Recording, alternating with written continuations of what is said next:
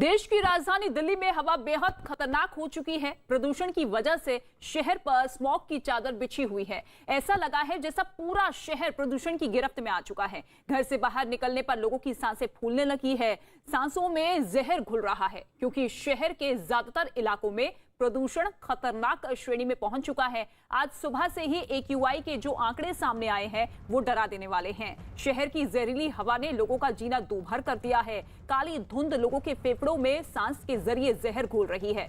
यही नहीं, लोग जहरीली हवा की वजह से आंखों में जलन की शिकायत कर रहे हैं। तस्वीरें लगातार आप देखिए किस तरीके से दिल्ली में चारों ओर धुंध की ये सफेद चादर बिछी हुई नजर आ रही है। विजिबिलिटी बेहद कम होती हुई नजर आ रही है, क्योंकि प्रदूषण का जो स्तर है वो बेहिसाब खतरनाक श्रेणी में जाता हुआ नजर आ रहा है। दिल्ली जो कि पूरी तरीके से धुआं हो चुकी है। हालांकि दिल्ली सरकार की तरफ से भी 5 एक्शन प्लान को अमली जामा पहनाने की कोशिश की जा रही है, लेकिन इसके बावजूद स्थिति में सुधार होता हुआ नजर नहीं आ रहा है। दूसरी ही तरफ बैठकों का दौर भी जारी है। मुझे लगता है वाहन वगैरह की वजह से होता है, जो गाड़ियां हैं गाड़ियों की वजह से होता है। बाकी हम लोग भी उसमें कहीं ना कहीं इन्वॉल्व है जी, हमारा भी दोष है, क्योंकि हम लोग भी जैसे अब मान लो पटाखे वगैरह मना था इस बार, लोगों ने ऐसा लगा जैसे गुस्से में आके आवेश में आके लोगों ने पटाखे वगैरह ज्यादा जलाए, ज्यादा फोड़े, तो कहीं ना कहीं हम लोगों का भी हाथ साथ तो है ही है कुछ ना कुछ, लेकिन सभी लोगों को साथ देना चाहिए। देखो जी, वाहन भी हम ही चला रहे हैं, पटाखे भी हम ही फोड़ रहे हैं, तो इसमें लेकिन यह है कि सरकार की तरफ से भी गाइडलाइन होना चाहिए कि हमें क्या करना है क्या नहीं करना है ना, ये हम लोगों को ध्यान रखना चाहिए। गाड़ियों में भी हमें जैसे लोग करते हैं कि भाई हमें अवॉइड करें, हम पब्लिक ट्रांसपोर्ट को यूज़ करें। कोरोना हुआ था, लेकिन अभी हमें सांस लेने में बहुत दिक्कत हो रही है, लेकिन मजबूरी है, निकलना पड़ रहा है और ना चाहते हुए भी निकलना पड़ रहा है। इसके लिए गवर्नमेंट को भी और लोगों को भी थोड़ा ध्यान रखना चाहिए। जैसे पराली वगैरह जल रही है, हर साल बात होती है पराली की, लेकिन हमारे हिसाब से उस पर ज़्यादा कुछ किया नहीं जा रहा। और फिर धूल मिट्टी इतनी उड़ती है इस टाइम, जो कहीं बाहर तो जा नहीं पाती, तो उस पर भी गवर्नमेंट को ध्यान देना चाहिए कि इसमें क्या किया जा सकता है। सभी लोग बहुत परेशान हैं इस टाइम प्रदूषण की वजह से। जवाहरलाल नेहरू स्टेडियम के पास बने फुटओवर ब्रिज में हूँ और फिलहाल इस ब्रिज के अलावा आसपास कुछ नहीं दिख रहा। क्या आप यकीन मानेंगे कि जवाहरलाल नेहरू स्टेडियम से महज 100 या 200 मीटर की दूरी में है। और तस्वीरें आप फिलहाल देखिए जवाहरलाल नेहरू स्टेडियम की, बेहद धुंधली तस्वीरें आज सामने दिख रही है। कारण साफ है कि जिस तरीके से प्रदूषण बढ़ा है, उसकी वजह से स्मॉग की जो स्थिति बनी है, उसी के चलते आज विजिबिलिटी पर बहुत ज़्यादा फर्क देखने को मिल रहा है। अब आप इस रोड की तस्वीरें देख रहे हैं, जहां पर आपको कुछ दूरी तक तो वाहन आते हुए नजर आ रहे हैं, लेकिन उसके पीछे कुछ नजर नहीं आ रहा है। एक तरफ की तस्वीर हमने आपको जवाहरलाल नेहरू स्टेडियम के दिखाई, तो जिस फुटओवर ब्रिज में हम इस वक्त मौजूद हैं, ऐसा ही एक और फुटओवर ब्रिज यहाँ से थोड़ी दूरी में है, जो आपको बेहद धुंधला नजर आ रहा है। बेहद धुंधला, अंदाजा भी आप सिर्फ अंदाजा भर ही लगा सकते हैं कि यहाँ कोई एक ऊंचा सा फुटओवर ब्रिज बना हुआ है। लेकिन विजिबिलिटी का आलम आज ये है कि एयरपोर्ट की बात की जाए तो सुबह के वक्त एयरपोर्ट पर भी 200 से 500 मीटर की विजिबिलिटी बनी हुई थी। दिन बढ़ने के साथ साथ उम्मीद की जा रही है कि विजिबिलिटी पे थोड़ा फर्क आएगा, लोगों को थोड़ी राहत होगी। लेकिन इस वक्त खास तौर पर जो लोग ऑफिस के लिए निकल रहे हैं या कामों के लिए निकल रहे हैं, उन तमाम लोगों को अपने वाहनों की हेड टेल लाइट्स को जलाकर ही सफर करना पड़ रहा है। वीडियो जर्नलिस्ट पंकज तोमर के साथ प्रियंका कांडपाल, न्यूज़ 18 इंडिया, दिल्ली। और इस वक्त दो सहयोगी हमारे साथ मौजूद है। प्रियंका कांडपाल जवाहरलाल नेहरू स्टेडियम से सीधे लाइव मौजूद है। दीपक रावत भी हमारे साथ मौजूद है मयूर विहार से। दीपक, सबसे पहले आपका रुख करना चाहेंगे, जिस तरीके से एक्टिवनेस दिल्ली सरकार की तरफ से देखने को मिल रही है, दिल्ली सरकार पूरी तरीके से सतर्क है, बैठकों का दौर जारी है, तमाम अमली जामा उन योजनाओं को, उन प्लान्स को पहनाया जा रहा है जिसके जरिए प्रदूषण के स्तर को कम किया जाए। लेकिन सवाल यही है कि अगर ये तमाम चीजें पहले कर ली जाती तो शायद आज ये तस्वीर नहीं बनती। साफ तौर पर रितिका, तस्वीर ऐसी नहीं होती। ये तस्वीर देखिए, तस्वीर देख के अंदाजा लगाइए कि स्थिति कितनी खराब हो चुकी है। सुबह का वक्त है, करीबन 10 बजने वाले हैं, लेकिन 10 बजे भी रोशनी इतनी साफ नहीं है कि गाड़ियां चल सके सड़कों पर। हेडलाइट जलाकर गाड़ियां चल रही हैं। 100 मीटर से ज्यादा की दूरी पर आपको कुछ नजर नहीं आता है। लगातार दिल्ली सरकार ये कह रही है कि उन्होंने केंद्र सरकार से ये मांग की है कि वो जल्द से जल्द पड़ोसी राज्यों को बुलाए, उनके साथ मीटिंग करे, ताकि जो पराली की वजह से जो धुआं यहाँ पहुंच रहा है उसको कम किया जा सके। लेकिन स्थिति बहुत ज्यादा बदतर हो चुकी है। 48 45 से 50% के बीच पराली के धुएं का ये असर बताया जा रहा है। मौसम विभाग का सफर का साफ तौर पर यह कहना है कि दिल्ली में 2 से 3 किलोमीटर प्रति घंटे से भी कम रफ्तार से हवा चल रही है, यानी कि हवा की गति बहुत धीमी है और ये आगे और धीमी होने वाली है, इसलिए परेशानी और ज़्यादा बढ़ सकती है। स्थिति ये देखिए कि ये तस्वीरें आपको दिखा रहे हैं हम लोग कि दिल्ली में तमाम इलाकों में AQI लेवल 450 से ऊपर पहुंच चुका है, यानी कि 500 के आसपास पहुंच चुका है और 400 से ऊपर जब ये पहुंचता है तो उसे सीवियर कंडीशन का माना जाता है। डॉक्टर्स ये राय दे रहे हैं कि बहुत ज़्यादा ज़रूरी ना हो तो आप घर से बाहर ना निकलें, आप पब्लिक ट्रांसपोर्ट का इस्तेमाल करें, क्योंकि गाड़ियों के ईंधन की वजह से भी प्रदूषण बढ़ रहा है। ऑड इवन पर सरकार से सवाल पूछा गया कि क्या ऑड इवन की तरफ भी विचार कर रही है, लेकिन सरकार का ये कहना है कि पराली के धुएं को अगर हम खत्म कर दें तो शायद ऑड इवन की जरूरत नहीं पड़ेगी, लेकिन स्थिति अगर ऐसी बिगड़ती रही तो स्थिति और ज़्यादा खराब हो गई तो ऑड इवन भी दिल्ली में लगाया जा सकता है। इस पर भी सरकार विचार जरूर कर रही है। तो ऋतिका, स्थिति ऐसी हो चुकी है कि अब इस हवा में सांस लेना मुश्किल हो गया है, आंखों में जलन महसूस होती है। इस वक्त हम यहाँ पर खड़े हैं, लेकिन यहाँ पर हमें खड़े रहने में भी काफी परेशानी हो रही है। ऋतिका, बिल्कुल, और आपकी पीछे की जो तस्वीरें हैं वो भी साफ तरीके से नजर नहीं आ रही है। आप देख सकते हैं कि धुंध की चादर कितनी मोटी है इस वक्त। लेकिन दिल्ली के मयूर विहार में भी प्रदूषण का स्तर बेहद खतरनाक श्रेणी में है। वहां प्रदूषण की वजह से विजिबिलिटी पर असर पड़ा। दिल्ली में दिन प्रतिदिन प्रदूषण का स्तर बेहद खराब होता जा रहा है। इस वक्त मयूर विहार में मौजूद हैं। तस्वीरों के जरिए देखने और समझने की कोशिश कीजिए कि यहाँ पर कितना बुरा हाल है। घनी चादर है स्मॉग की और इसकी वजह से विजिबिलिटी 100 मीटर से भी कम की है। 100 मीटर से भी कम की विजिबिलिटी का मतलब ये है कि आपको 100-150 मीटर पर कोई दूर खड़ी जो चीज है वो नजर नहीं आएगी। यही वजह है कि गाड़ियां जो है हेडलाइट जलाकर चल रही हैं। दिल्ली के अलग अलग इलाकों में AQI 400 के पार पहुंच चुका है। आनंद विहार की अगर बात करें तो आनंद विहार में इस वक्त AQI लेवल 487 है, बवाना में 480, IGI में 415, ITO में 467 और रोहिणी में 482, यानी कि अब ये धीरे धीरे 500 के आसपास पहुंचने लगा है। 500 के आसपास सीवियर कंडीशन में, यानी कि जो तमाम एक्सपर्ट्स हैं, डॉक्टर हैं, वो ये कह रहे हैं कि अगर आप इस हवा में सांस लेते हैं तो आपके फेफड़ों पे बहुत ज़्यादा असर पड़ सकता है। गर्भवती महिलाएं, बच्चे, बुजुर्गों के लिए बहुत ज़्यादा मुश्किल बढ़ा देगी ये हवा। ध्यान रखना ज़रूरी है, खुद से सावधानी बरतने की ज़रूरत है। बिना ज़रूरी काम के बाहर ना निकलें, ये डॉक्टरों की सीधी सलाह है इस वक्त लोगों के लिए। तो दिल्ली में दिन प्रतिदिन हालात अब बुरे होते जा रहे हैं। प्रियंका का रुख कर लेते हैं। प्रियंका, देखिए, डॉक्टर्स, एक्सपर्ट्स, हर कोई चेता रहा है कि अगर आप घर से बाहर निकले तो इसका सीधा असर आपकी सेहत पे होगा, लेकिन दिल्ली सरकार की तरफ से जो कदम उठाए जा रहे हैं, आपको लगता है कि स्थिति में सुधार होगा?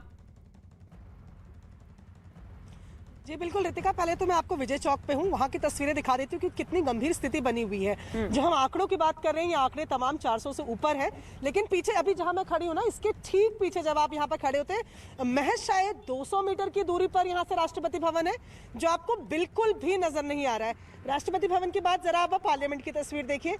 पार्लियामेंट बिल्कुल बाहर की तरफ है, लेकिन बेहद धुंधला नजर आ रहा है। अब यहाँ पर क्योंकि कंस्ट्रक्शन का काम हो रहा है, इस वजह से आप यहाँ देखेंगे एक आपको एंटी स्मॉग गन जो यहाँ पर लगाने के लिए कहा गया है सरकारों की तरफ से, दिल्ली सरकार की तरफ से, वो यहाँ पर लगी हुई दिख रही है, लेकिन फिलहाल काम नहीं कर रही है, क्योंकि यहाँ पर फिलहाल अभी बहुत बेसिक काम हो रहा है। जैसे ही कंस्ट्रक्शन का काम शुरू होता है तो साफ निर्देश है, ये एंटी स्मॉग गन चलती रहनी चाहिए, जो फिलहाल नहीं चल रही है।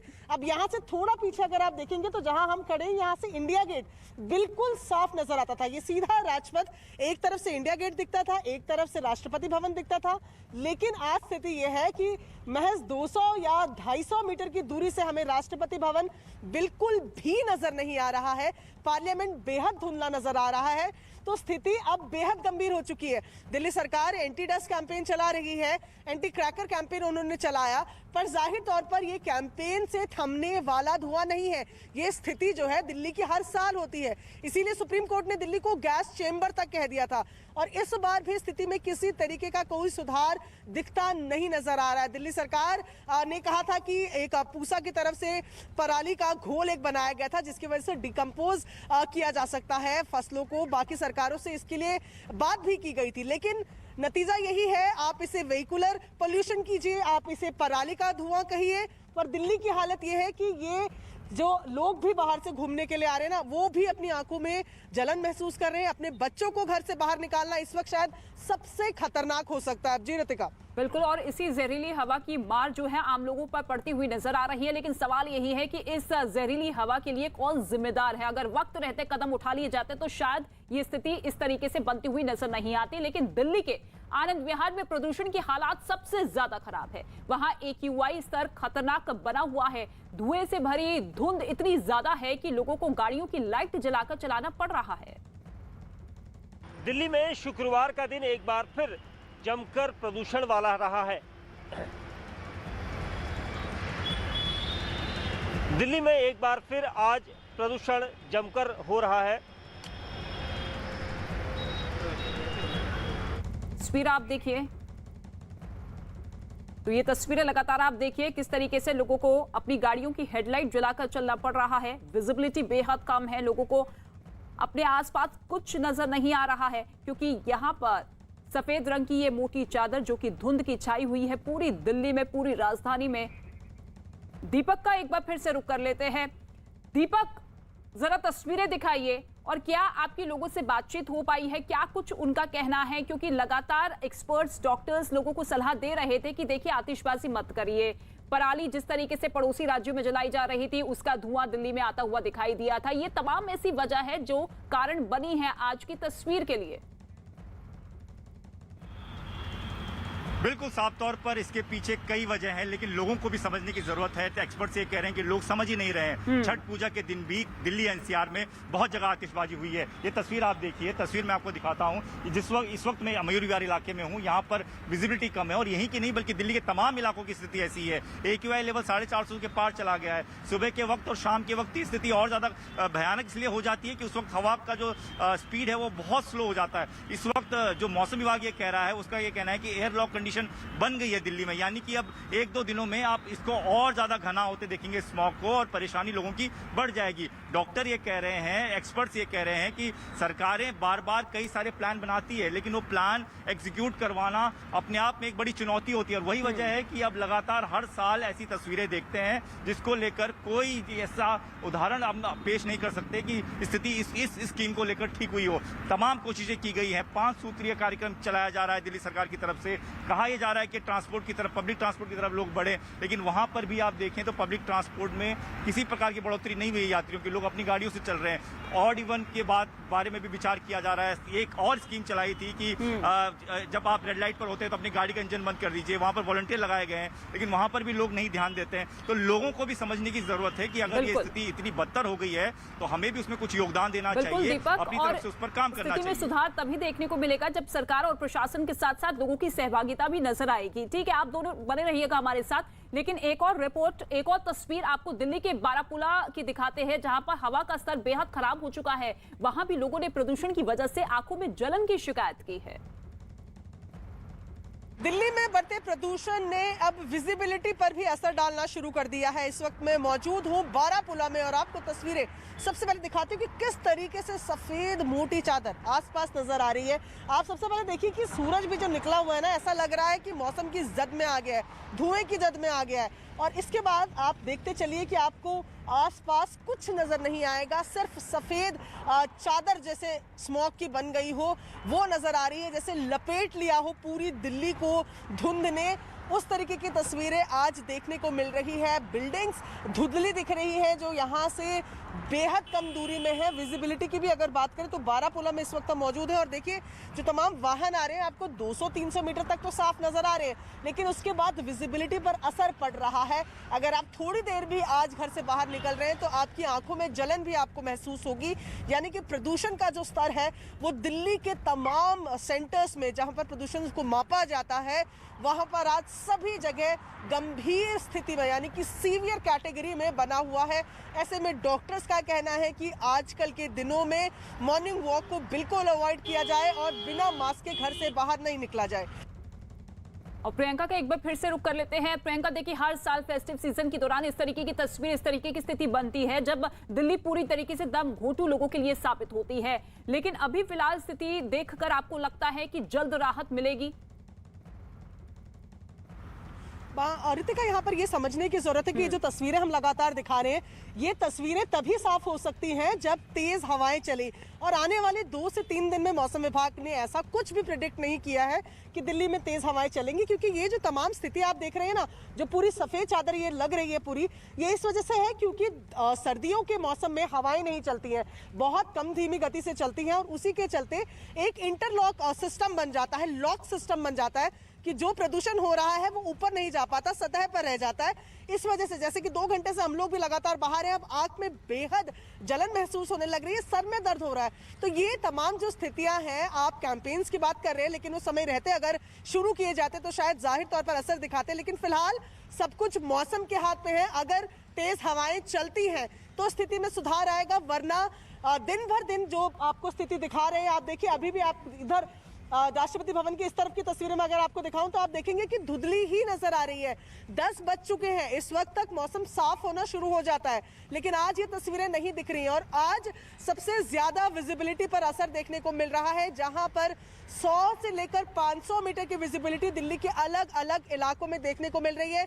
सुबह 6 बजे से लेकर अब तक इस वक्त तक की अगर बात की जाए तो गंभीर श्रेणी में प्रदूषण का स्तर बना हुआ है, जो जाहिर तौर पर खतरे की घंटी ही नहीं है, बल्कि खतरा अब लोगों के बिल्कुल सामने है। जी रितिका।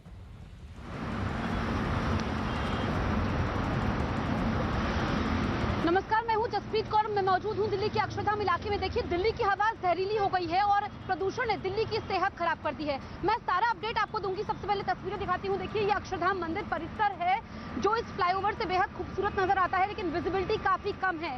1 हफ्ते बाद भी दिल्ली की विजिबिलिटी काफी ज्यादा कम है और आप देखिए ये पूरा परिसर आपको नजर नहीं आ रहा होगा। दिल्ली की हवा जहरीली है क्योंकि लगातार 1 हफ्ते से एयर क्वालिटी इंडेक्स 400 के पार है। ये आप देखिए, जो लोग गाड़ी चला रहे हैं उनको परेशानी ज्यादा हो रही है क्योंकि जो विजिबिलिटी है वो सिर्फ 400 मीटर तक है। अब जरा हम कैमरे को अगर उधर घुमाएंगे तो आप देखिए कि कितना ज्यादा धुंध है, इसे स्मॉग कहते हैं। और लगातार 1 हफ्ते से जो दिवाली की रात थी वो खुशियों भरी थी, लेकिन उसके 1 हफ्ते बाद तक स्थिति जस की तस बनी हुई है। दिल्ली सरकार इसको लेकर के तमाम कदम उठा रही है, लेकिन देखिए तमाम कदम नाकाफी साबित हो रहे हैं क्योंकि एक कारण नहीं होता है प्रदूषण का, बहुत सारे कारण होते हैं। और जो दिल्ली के पर्यावरण मंत्री हैं गोपाल राय, उन्होंने केंद्रीय पर्यावरण मंत्री को खत लिखा है और कहा है कि जो आसपास के राज्य हैं उनके पर्यावरण मंत्रियों के साथ बैठक होनी चाहिए, क्योंकि पराली एक अहम कारण है। जो सबसे अहम वजह है, जो पराली का धुआं है वो दिल्ली तक पहुंच रहा है, चाहे फिर वो उत्तर प्रदेश का हो, इसके अलावा पंजाब का हो या हरियाणा को हो। और दिल्ली में तमाम इंतजाम किए गए हैं। देखिए, खुले में कूड़ा जलाने पर रोक लगा दी गई है। दिल्ली सरकार ने 550 लोगों की एक टीम भी बनाई है जो खुले में कूड़ा जलाने वालों को रोकने का काम करेगी। एंटी क्रैकर अभियान हमने देखा, इसके अलावा एंटी डस्ट अभियान, यानी कि खुले में झाड़ू भी नहीं लगाया जाएगा। इसके अलावा मशीनों का इस्तेमाल होगा। के अंदर जिस तरह से प्रदूषण का स्तर है और पराली जलने की घटनाएं जो हैं चारों तरफ लगातार हो रही हैं, इसलिए इसको कैसे नियंत्रित किया जाए। दिल्ली के अंदर से जो फायर, जो बाहर ओपन फायर होता है उससे जो पोल्यूशन होता है उसको रोका जाए, उसके लिए एंटी ओपन बर्निंग कैंपेन शुरू किया गया है जो 11 दिसंबर तक चलेगा। लगभग अलग अलग 10 डिपार्टमेंट को इसमें रिस्पॉन्सिबिलिटी दी गई है। करीब 550 लोगों की टीम बनी है। जो स्टाफ है एमसीडी का, उसको डायरेक्शन दिया है कि एक आग बुझाने का एक फुल प्रूफ एक्शन प्लान वो सबमिट करें, जिससे कि कभी भी अगर आग लगती है तो उसको समय रहते ही इसको कंट्रोल किया जा सके। दिल्ली की हवा दम घोटू है, यकीन मानिए। मैं इसलिए कह रही हूँ क्योंकि लगातार हम स्पॉट पर मौजूद हैं। पिछले कई दिनों से हम आपको प्रदूषण का हाल दिखा रहे हैं और आंखों में जलन, गले में खराश अभी भी महसूस हो रही है। देखिए, तस्वीरें देख करके आप अंदाजा लगा सकते हैं, क्योंकि ये जो फ्लाईओवर है, जब हम नोएडा से दिल्ली की तरफ आते हैं, ये अक्षरधाम मंदिर, और देखिए ये यहाँ से आप देखेंगे तो विजिबिलिटी काफी कम है। अभी भी सुबह के 10 बज रहे हैं और हम देखते हैं कि इस वक्त तो विजिबिलिटी ज्यादा होती है, लेकिन अभी भी विजिबिलिटी 400 से 500 मीटर तक है। जो एयर क्वालिटी इंडेक्स है 400 के पार है, यानी कि गंभीर श्रेणी में है। अगर आप देखेंगे, इस तरफ दिखाएंगे तो देखिए यहाँ पर जो है ये मेट्रो स्टेशन है, लेकिन अभी आपको ये कैमरे पर नजर नहीं आ रहा होगा, जो कि कुछ ही दूरी पर है। तो ये हालात हैं। जो लोग पैदल चल रहे हैं उनके लिए परेशानी ज्यादा बढ़ चुकी है। जो लोग गाड़ी चला रहे हैं उनके लिए हालात सबसे ज्यादा चिंताजनक हैं। और जो लोग अभी कोरोना से ठीक हुए हैं, क्योंकि डॉक्टर्स लगातार ये कह रहे हैं कि ये जो प्रदूषित हवा है वो बेहद हानिकारक है। ऐसे में जरूरी ना हो तो घरों से ना निकले।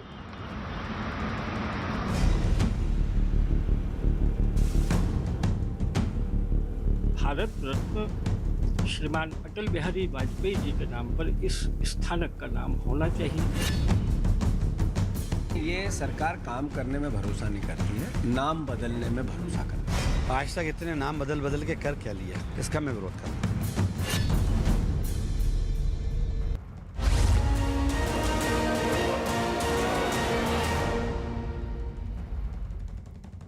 मध्य प्रदेश की राजधानी भोपाल के हबीबगंज स्टेशन का नाम बदलने की मांग पर राज्य की सियासत गर्मा गई है। 15 नवंबर को प्रधानमंत्री नरेंद्र मोदी भोपाल के हबीबगंज रेलवे स्टेशन के वर्ल्ड क्लास लुक का शुभारंभ करने वाले हैं, लेकिन जैसे जैसे स्टेशन की शुभारंभ की तारीख नजदीक आ रही है, वैसे वैसे हबीबगंज स्टेशन का नाम बदलने की मांग भी जोर पकड़ने लगी है। भोपाल से बीजेपी की सांसद साध्वी प्रज्ञा ठाकुर और बीजेपी के कई वरिष्ठ नेता हबीबगंज रेलवे स्टेशन का नाम बदलकर पूर्व प्रधानमंत्री अटल बिहारी वाजपेयी के नाम पर किए जाने की मांग कर रहे हैं।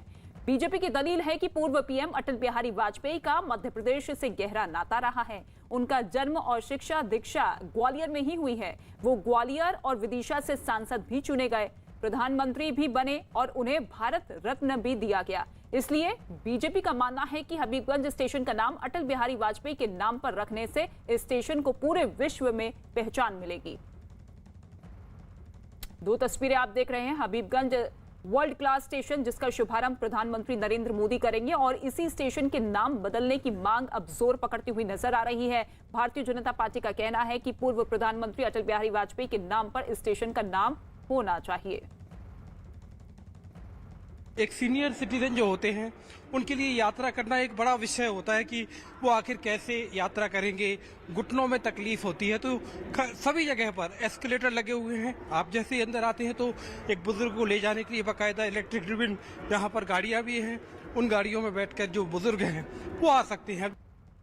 एक सीनियर सिटीजन जो होते तो वर्ल्ड क्लास स्टेशन जिसमें सुविधाएं एयरपोर्ट जैसी रखी गई है, इसे तैयार करने के लिए लंबा चौड़ा एक वक्त लगा है, लेकिन अब जब इसका उद्घाटन करने के लिए प्रधानमंत्री नरेंद्र मोदी आ रहे हैं तो उससे पहले सियासत होती हुई मध्य प्रदेश में नजर आ रही है।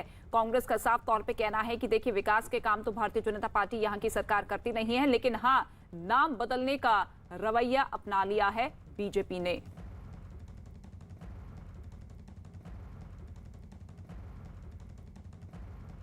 और बीजेपी नेता जयभान सिंह पवैया ने हबीबगंज स्टेशन का नाम पूर्व प्रधानमंत्री अटल बिहारी वाजपेयी के नाम पर रखने की मांग की तो कांग्रेस पार्टी ने नाम बदलने का विरोध किया और आरोप यह लगाया कि ये सरकार काम में नहीं बल्कि नाम बदलने में भरोसा करती है। एयरपोर्ट के स्तर का स्टेशन और नाम है हबीबगंज। हम नहीं जानते कि ये हबीब नाम के कौन महाशय थे। किसी पुराने नेता ने ज़रूर बताया है कि वो कोई वसूली किया करते थे लोगों से, दबंग आदमी थे, एक बस्ती अपने नाम पर बसा दी। तो मेरा आग्रह ये है रेल मंत्रालय से कि मध्य प्रदेश की माटी में पले बढ़े और जिनको मध्य प्रदेश की माटी ने देश को दिया, ऐसे भारत रत्न श्रीमान अटल बिहारी वाजपेयी जी के नाम पर इस स्थानक का नाम होना चाहिए। नहीं, ये सरकार काम करने में भरोसा नहीं करती है, नाम बदलने में भरोसा करती है। अटल बिहारी वाजपेयी इस देश के प्रधानमंत्री थे और एक अच्छे सम्मान से उनका नाम लिया जाता है, पर नाम बदल के जो संपत्तियां सरकार बेच रही है उसका हिसाब तो नहीं दे सकती। जो अराजकता देश में हो रही है उसका हिसाब तो नहीं दे सकती। आज तक इतने नाम बदल बदल के कर क्या लिया और क्यों स्टेशनों का नाम बदलना चाहते हैं। एक नाम बदलने में करोड़ों अरबों रुपए का खर्चा आता है। वर्तमान में कोरोना की महामारी, एक तरफ सरकार कहती है पैसा नहीं है, बजट नहीं है, और दूसरी तरफ नाम बदल के करोड़ों अरबों रुपए वैसे ही स्वागत के नाम पे खर्च कर रहा है, नाम बदल के कर रहा है। इसका मैं विरोध करता हूँ। और इसी मुद्दे पर भोपाल की सांसद साध्वी प्रज्ञा ठाकुर ने एक ट्वीट किया। उन्होंने अपने ट्वीट में लिखा कि भोपाल में प्रधानमंत्री नरेंद्र मोदी का जनजातीय गौरव दिवस पर आना हमारे भोपाल के लिए शुभ संकेत है। मुझे विश्वास है कि PM Modi Habibganj railway station को पूर्व पीएम अटल बिहारी वाजपेयी के नाम पर होने की घोषणा जरूर करेंगे। ये ट्वीट साध्वी प्रज्ञा ठाकुर की तरफ से। और भोपाल का हबीबगंज रेलवे स्टेशन देश का पहला ऐसा स्टेशन है जो पीपीपी मॉडल की तर्ज पर तैयार किया गया है। खास बात यह है कि इस स्टेशन पर यात्रियों को एयरपोर्ट जैसी सुविधाएं मिलेंगी। एयरपोर्ट की तरह रेलवे स्टेशन, जी हाँ, ये भोपाल का हबीबगंज रेलवे स्टेशन है, जिसकी शुरुआत प्रधानमंत्री नरेंद्र मोदी 15 तारीख को कर रहे हैं। और हबीबगंज रेलवे स्टेशन पर आप ये वेटिंग लॉन्ज का नज़ारा देख रहे हैं। आपको लग रहा होगा किसी एयरपोर्ट पे खड़े हैं, और बिल्कुल एयरपोर्ट के अंदाज में इसको बनाया गया। देखिए, ये सुरक्षा की चेकिंग चल रही है। इस गाड़ी को देखिए, जब आप हबीबगंज स्टेशन पर आएंगे तो आपको अपने सामान के साथ, आपके सामान का लगेज जो आपका है वो देखिए, आप अपने लगेज के साथ आकर इसमें बैठकर आकर आप बाकायदा स्टेशन पर आ सकते हैं। हबीबगंज रेलवे स्टेशन पर यात्रियों के लिए जाने के लिए और बाहर निकलने के लिए अलग अलग रास्ते बनाए गए हैं। यही नहीं, सीनियर सिटीजन के लिए इलेक्ट्रिक कार और लिफ्ट का इंतजाम किया गया है। मतलब ये कि बिना किसी परेशानी के बुजुर्ग प्लेटफॉर्म पर जा सकेंगे। और नए हबीबगंज स्टेशन सीसीटीवी कैमरे से भी लैस होगा। सीनियर सिटीजन जो होते हैं उनके लिए यात्रा करना एक बड़ा विषय होता है कि वो आखिर कैसे यात्रा करेंगे। घुटनों में तकलीफ होती है, तो सभी जगह पर एस्केलेटर लगे हुए हैं। आप जैसे ही अंदर आते हैं तो एक बुजुर्ग को ले जाने के लिए बाकायदा इलेक्ट्रिक ड्रिवन यहाँ पर गाड़ियाँ भी हैं। उन गाड़ियों में बैठकर जो बुजुर्ग हैं वो आ सकते हैं। कोरोना जैसी महामारी को देखते हुए स्टेशन पर अलग इंतजाम किए गए हैं। इस बात का खास ध्यान रखा गया है कि स्टेशन पर आने वाले यात्री और स्टेशन से बाहर निकलने वाले यात्री एक दूसरे के संपर्क में ना आए, स्टेशन पर लोगों की भीड़ ना लगे, और इसके भी इंतजाम किए गए हैं। वेटिंग हॉल में 700 लोगों के बैठने की व्यवस्था की गई है। कोशिश ये की गई है कि जो ट्रेन पकड़ने वाले पैसेंजर हैं और जो ट्रेन से उतरने वाले पैसेंजर हैं, उनका आपस में इंटरेक्शन कम से कम टाइम के लिए हो। तो जो ट्रेन से उतरने वाले पैसेंजर्स हैं वो सबवे के थ्रू बाहर निकलेंगे, और जो ट्रेन पकड़ने वाले पैसेंजर हैं वो इस एयर कॉन्कोर्स पे वेट करेंगे। और वेट करने के बाद में आप देखिएगा दोनों एंड्स पे सेवलेटर और एस्केलेटर हैं और सीढ़ियां भी हैं, तो वो उसके थ्रू नीचे उतरेंगे। तो जो इंटरेक्शन टाइम है ट्रेन पकड़ने वाले पैसेंजर्स का और ट्रेन से उतरने वाले पैसेंजर्स का, वो एक बहुत कम टाइम के लिए होगा। तो इस तरह से जो है एक पैसेंजर सेग्रीगेशन या जो एक सोशल लेस इंटरेक्शन की बात करते हैं, उसको भी अचीव करने की कोशिश की गई है। और चलिए अब हम आपको किसी भी स्टेशन के नाम बदलने की पूरी प्रक्रिया को समझाते हैं। किसी भी स्टेशन का नाम बदलना, नए स्टेशन का नाम रखना और स्टेशन पर किन किन भाषाओं के नाम लिखे होने चाहिए, ये तमाम चीजें राज्य सरकार तय करती है। सबसे पहले राज्य सरकार की तरफ से इसकी सूचना केंद्रीय गृह मंत्रालय को भेजी जाती है। इसके बाद केंद्रीय गृह मंत्रालय इसकी सूचना अलग अलग मंत्रालयों को देता है। गृह मंत्रालय की तरफ से रेलवे को भी इसकी जानकारी दी जाती है, जिसके बाद ये देखा जाता है कि इस नाम का कोई और छोटा बड़ा स्टेशन तो नहीं। इसकी भी जांच की जाती है और रिकॉर्ड में नाम को लेकर कोई टकराव की स्थिति तो नहीं है, ये भी देखा जाता है। सारी जांच परख के बाद सभी मंत्रालय अपनी सहमति और आपत्ति गृह मंत्रालय को भेजते हैं। इसके बाद केंद्रीय गृह मंत्रालय संबंधित राज्य को अपनी सहमति भेजती है। यही नहीं, गृह मंत्रालय राज्य को नाम में बदलाव का सुझाव भी भेज सकती है। गृह मंत्रालय से सहमति मिलने के बाद राज्य सरकार बदले हुए नाम की अधिसूचना जारी करती है। इसके बाद राज्य सरकार की तरफ से अधिसूचना की जानकारी रेलवे को दी जाती है। इन तमाम प्रक्रिया के बाद रेलवे अपनी सुविधा के अनुसार नाम में बदलाव करता है।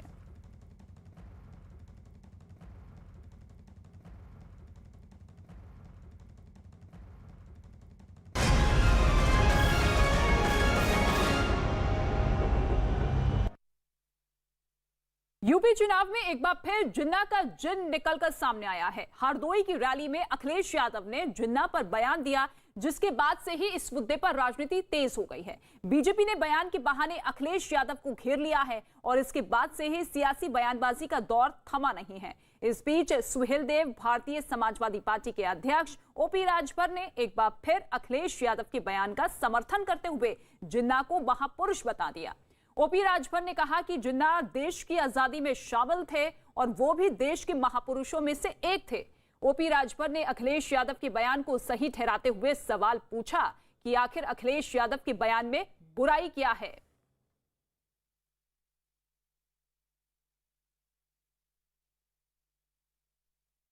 देखिए, इस देश में जातिवार जनगणना 1931 में हुई, 90 साल हो गया और जातिवार जनगणना पे कोई चर्चा नहीं कर रहा है। खाली जिन्ना दिखाई दे रहे हैं। महंगाई पे कोई चर्चा नहीं। आज सामाजिक न्याय समिति की रिपोर्ट लागू करने की चर्चा नहीं, नौजवान बेरोजगार हो रहा है, बेरोजगारी कैसे दूर हो इस पे चर्चा नहीं, सवाल जिन्ना पे चर्चा क्यों? आज जिन्ना देश की आज़ादी में जिन महापुरुषों ने आज़ादी दिलाने में योगदान दिया है उसमें जिन्ना का भी नाम है। अगर अखिलेश जी ने कहा तो क्या बुरा कहा है।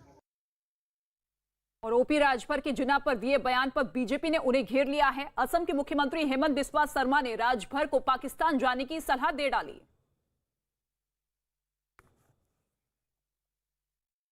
ओपी राजभर जी जो है समाजवादी पार्टी के अलाई, वो कहते हैं जिन्ना अगर पीएम होते तो देश का बंटवारा नहीं होता। तो राजभर साहब को पाकिस्तान जाना सही है। और इस वक्त भारतीय सुहेलदेव समाजवादी पार्टी के अध्यक्ष ओपी राजभर हमारे साथ मौजूद है सीधे लाइव। राजभर जी, स्वागत है आपका। और सबसे पहला सवाल यही है कि आपको जिन्ना की याद क्यों आने लगी है, क्यों वो महापुरुष लगने लगे आपको?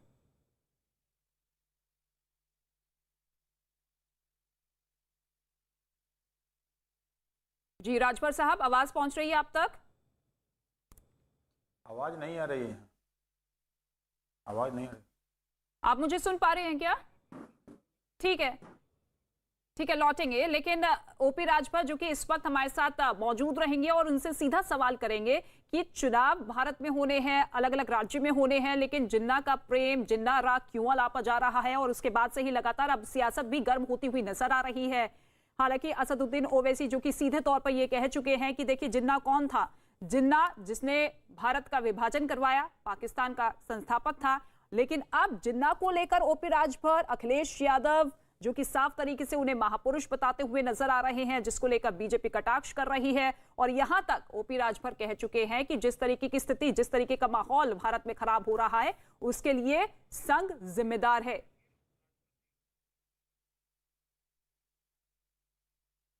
तो अखिलेश यादव जिन्होंने जिन्ना की तुलना सरदार वल्लभ भाई पटेल से की, महात्मा गांधी से की, जवाहरलाल नेहरू से की, और उनके इस बयान को सही ठहराते हुए ओपी राजभर नजर आ रहे हैं। इससे पहले भी उन्होंने कहा था कि अगर जिन्ना प्रधानमंत्री देश के बनते तो शायद देश का बंटवारा 1947 में नहीं होता।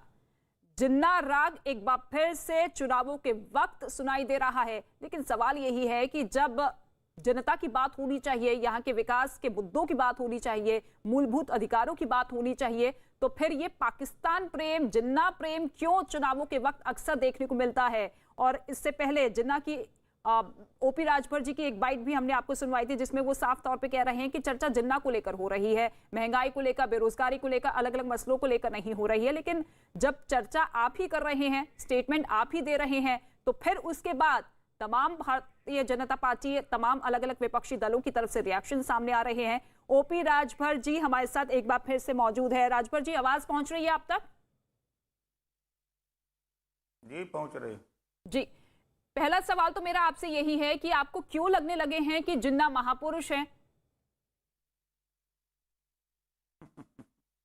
देखिए, मैं फिर कह रहा हूं, ये भारतीय जनता पार्टी के दिमाग के उपज है। ये महंगाई इनको नहीं दिखाई देती है कि आज देश में गैस सिलेंडर 400 से बढ़ा के 1000 के ऊपर कर दिए, ये इनको नहीं दिखाई दे रही है। आज जातिवार जनगणना इनको नहीं दिखाई दे रही है। सरसों का तेल 50 रुपया से 200 कर दिए, उस पर चर्चा नहीं हो रही है। सामाजिक न्याय समिति की रिपोर्ट 2 साल 11 महीना से रखे हुए हैं यूपी में, उसको लागू करने के लिए नहीं दिखाई दे रहा है। 9 प्रदेशों में बांट करके 27% आरक्षण पिछड़ों का दिया जा रहा है, ये नहीं दिखाई दे रहा है। गरीबों का इलाज फ्री में करने के लिए इनके पास नहीं सोच है। तो लेकिन ये हमेशा खाली इन्हीं मसलों पर बातचीत कीजिए ना, यही मसले तो चुनाव में उठाइए आप तो जिन्ना की बात कर रहे हैं, जिन्ना को लेकर आप अपना समर्थन दे रहे हैं। देखिए, मेरा आज भी मैं कह रहा हूं, देखिए, हम पूछ रहे हैं क्या भारतीय जनता पार्टी के जो नेता बहुत बहक रहे हैं, आडवाणी जी को पार्टी से निकाल दें, जो उन्होंने तो मजार पे चादर चढ़ाने गए थे। अटल बिहारी वाजपेयी जी उनके साथ थे, वो तो उनके सेकुलर बताते थे। और तमाम जो आजादी के दीवाने थे तो वो तो उन्हीं के साथ थे। तो आज जो भारतीय जनता पार्टी के लोग इस पे चर्चा कर रहे हैं, पहले आडवाणी को पाकिस्तान भेज दें, उसके बाद तो फिर दूसरे को भेजें। नहीं, चर्चा कौन कर रहा है? स्टेटमेंट तो आपकी तरफ से ही आया ना। आपने पहले कहा कि अगर जिन्ना प्रधानमंत्री होते तो देश का बंटवारा नहीं होता। फिर आप जिन्ना को महापुरुष बताते हुए नजर आ रहे हैं। अखिलेश यादव बयान दे रहे हैं, पहले अखिलेश यादव जिन्ना का नाम लेते हैं, फिर आप लेते हैं। तो क्या ये सोची समझी साजिश है क्या, एक रणनीति है क्या चुनावों के वक्त? नहीं नहीं, कोई देखिए, देश में जो अगर सच कहिए तो बुरा लगता है। देश की आजादी की लड़ाई में क्या जिन्ना का योगदान नहीं है? इसका जवाब किसी के पास है? अगर ये कह दीजिए तो बुरा लगता है किसको? भाजपा को।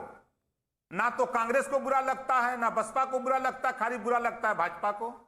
सब बुरा तो ओवैसी जी को भी लग रहा है। वो तो बता रही हैं कि देखिए जिन्ना कौन है।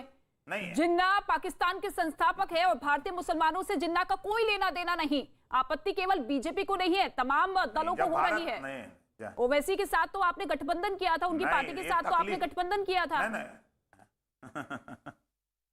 नहीं, देखिए, बीजेपी के लोगों के पास हिंदू मुसलमान, भारत पाकिस्तान, मंदिर मस्जिद, कब्रिस्तान, इसको निकाल दीजिए तो भारतीय जनता पार्टी के पास विकास के लिए खिलाते हैं विकास की बात। आज उत्तर प्रदेश में क्या हालात है? लॉ एंड ऑर्डर बुरी तरह खराब है और 69,000 शिक्षक भर्ती में घोटाला करके भारतीय जनता पार्टी अभी आज 5,000 बच्चे जो है यहाँ धरना दे रहे हैं, करीब दो महीना के ऊपर धरना दे रहे हैं। ये बीजेपी को नहीं दिखाई दे रहा है। 12 महीने से किसान धरने पर बैठा कृषि कानून के खिलाफ, ये इनको नहीं दिखाई देता है। सर, हम भी तो यही कह रहे हैं कि इन्हीं मसलों पर चर्चा होनी चाहिए। नफरत की राजनीति, जनता से जुड़े मसलों पर चर्चा होनी चाहिए ना। जिन्ना को लेकर आप स्टेटमेंट दे रहे हैं। अच्छा, एक सवाल का जवाब ये दीजिए। सर सुनिए, एक सवाल, क्या जिन्ना पर आपका बयान आजादी की लड़ाई लड़ने वाले नेताओं और खास तौर पर महात्मा गांधी का अपमान नहीं है, जो कंपैरिजन आप और अखिलेश यादव कर रहे हैं? नहीं, महात्मा गांधी जी के साथ देश के तमाम नेताओं ने लड़ाई लड़ी है। खाली अकेले महात्मा गांधी जी नहीं लड़े हैं, पूरे देश के लोगों ने लड़ा है। ऐसा थोड़ा है ये आरएसएस के लोग नहीं लड़े हैं। आरएसएस के लोग वो अंग्रेजों के साथ थे। जब कोई बात आती थी वो माफी मांगने वाले ये लोग हैं। आरएसएस के लोग जो आज भाजपा बना के घूम रहे हैं, ये हमेशा माफी मांगने का काम किए हैं। लेकिन आपके इस बयान को तो मुस्लिम तुष्टीकरण से जोड़कर देखा जा रहा है और सीधे तौर पर संघ, बीजेपी, तमाम दल ये सलाह दे रहे हैं कि अगर जिन्ना आपको इतने ही पसंद है तो पाकिस्तान चले जाइए ना। आडवाणी जिन्ना की मजार पे जब चादर चढ़ाते हैं तो पहले आडवाणी को पाकिस्तान भेज दें भाजपा के लोग। सर, क्या उन्होंने ये कहा था कि अगर वो प्रधानमंत्री होते तो देश का बंटवारा नहीं होता? क्या उन्होंने महापुरुष बताया था? देखिए, मैं फिर कह रहा हूं, देश की आजादी में महात्मा गांधी जी के साथ लाखों नेता उनके साथ दीवाने थे, जो लाखों लोग लग करके देश को आजाद कराए। और आज मैं तो देखा कि कौन कंगना कोई नाम है जो कह रहे कि आजादी 2014 में मिली है। ऐसे ऐसे भाजपा के नेता बयान दे रहे हैं, उनको अवार्ड मिल रहा है। ये कितना बड़ा मतलब देश के प्रति अपमान है। जो शहीद हुए उनके प्रति अपमान है। ये नहीं दिखाई दे रहा भाजपा को। अभी भाजपा के एक नेता, उनके सहयोगी दल के लोग भगवान राम को ही बता दिया कि वो दशरथ के पुत्र नहीं है। क्या भाजपा उनके खिलाफ कार्रवाई करेगी? हिम्मत है भाजपा के पास? ये धर्म की बात करते हैं और भगवान के खिलाफ इस तरह की टिप्पणी क्या बर्दाश्त करेगा कोई? सर, क्या ये जरूरी हो जाता है कि चुनाव के वक्त ऐसी विचारधारा को एक बार फिर से आगे रखना जो कि देश को बांटती है, समाज को बांटती है? नहीं तो देश को बांटने का काम तो भाजपा कर रही है। देश को बांटने का काम भाजपा कर रही है। हिंदू मुसलमान की राजनीति भाजपा करती है। हम तो मुद्दों की बात करते हैं कि 1931 में जातिवार जनगणना हुई। बाबा साहब डॉक्टर अम्बेडकर जी ने कहा कि हर 10 साल संविधान में लिखा। आप तो जिन्ना को लेकर एक नहीं दो बार बयान दे चुके हैं, 2 दिन में back to back. Akhilesh Yadav भी इसी राह पर चलते हुए। कह रहा हूं, आप सवाल पूछेंगे तो उसका उत्तर देंगे। नहीं, आप सवाल अगर पूछेंगी तो उसका उत्तर दूंगा। मेरी लड़ाई जातिवार जनगणना की है। मेरी लड़ाई सामाजिक न्याय समिति की रिपोर्ट लागू करने की है। मेरी लड़ाई घरेलू बिजली का बिल माफ करने का है। मेरी लड़ाई गरीबों का इलाज फ्री में करने का है। मेरी लड़ाई प्रदेश में अमन चैन कायम करने का है।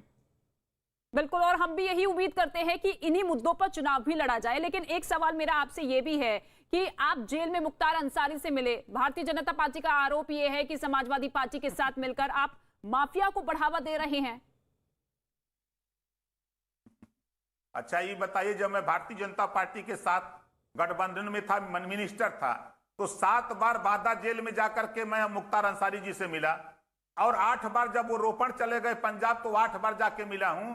तब भारतीय जनता पार्टी को नहीं दिखाई दे रहा था कि ओम प्रकाश राजभर मुख्तार अंसारी से क्यों मिल रहे हैं। मैं तो उनके साथ था उस समय, तो हमको हटा देना चाहिए था मंत्रिमंडल से। इनकी हिम्मत तो नहीं पड़ी कि हटा दें, उस समय इनकी हिम्मत तो नहीं पड़ी बोलने के लिए। आज उनका साथ छोड़ दिए। हमारा संबंध 19 साल से पॉलिटिकल मुख्तार अंसारी जी से है। मैं मिलता हूं, मिलता रहूंगा। अब उसको चाहे किसी एंगल से कोई देखे, मुझे कोई परवाह नहीं है। अच्छा ये बता दीजिए कि क्या इस बार के चुनाव में जिन्ना एक बड़ा मुद्दा बनेंगे? कोई मुद्दा नहीं है। यहाँ विकास का मुद्दा है। हम जातिवार जनगणना हमारा मुद्दा है। हमको सामाजिक न्याय समिति की रिपोर्ट लागू करना है। गरीबों का घरेलू बिजली का बिल माफ करना है। हमको गरीबों का इलाज फ्री में करना है। एक समान, अनिवार्य और फ्री शिक्षा। जब देश एक है, संविधान एक है, प्रधानमंत्री एक है, तो 2 तरह की शिक्षा देश में क्यों? इस पे चर्चा क्यों नहीं होती है? आज पूरे देश में बेरोजगारी चरम पे है।